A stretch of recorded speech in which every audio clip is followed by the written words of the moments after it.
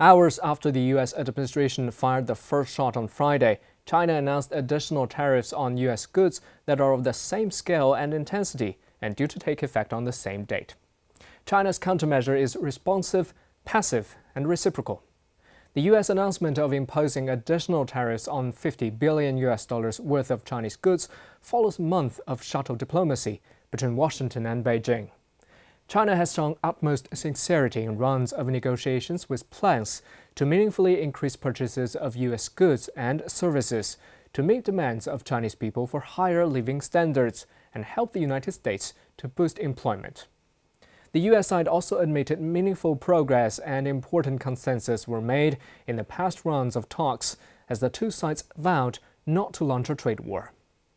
But consensus has soon proved to be short-lived after the U.S. side demonstrated flip-flops with an obvious intention to escalate the trade spat.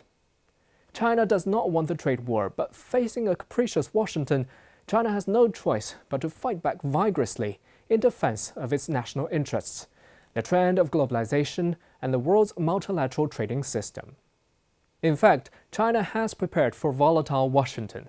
In the wake of the latest rounds of talks in Beijing earlier this month, China issued a statement stressing that the outcome of the talks should be based on the prerequisite that the two parties meet each other halfway and will not engage in a trade war.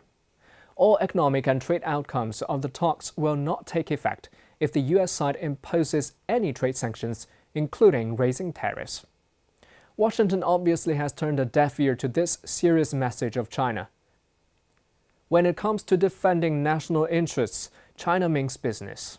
China said it will impose an additional 25% tariffs starting July the 6th on 545 products from the U.S., including soybeans, electric cars, orange juice, whiskey, salmon, and cigars.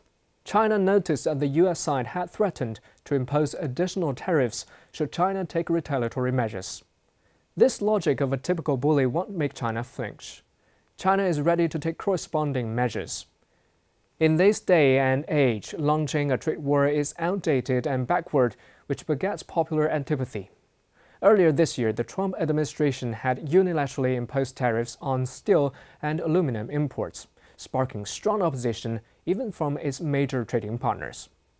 With its closest allies rejecting the protectionism, can the United States really afford to go it alone? Reciprocal tariffs are always the last resort. But if Washington is unable to stop its capriciousness, which costs the interests of the people of both countries, reciprocal tariffs are the leverage China has no choice but to use.